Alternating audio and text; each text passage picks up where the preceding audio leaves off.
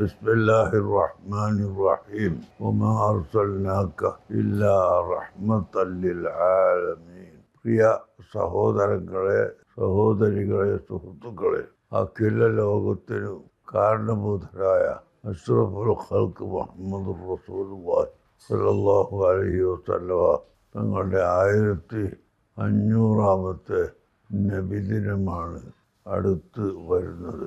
അതിനെ എല്ലാവരും വളരെ നല്ലതായി നടത്തുകയും നമ്മുടെ മഹബത്ത് പ്രകടമാക്കുകയും ചെയ്യണമെന്ന് ആദ്യമായി അഭ്യർത്ഥിക്കുന്നു.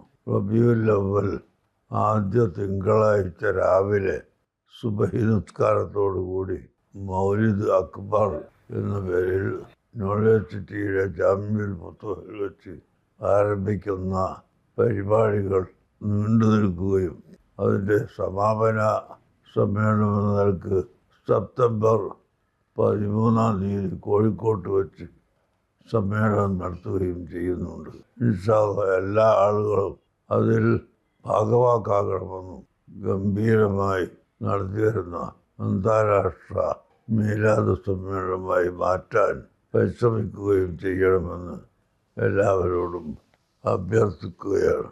ജാമിഉൽ ഫുതൂഹിലും കോഴിക്കോട്ടും മറ്റ് പരിപാടികളിലും ഭാഗവാക്കാവുക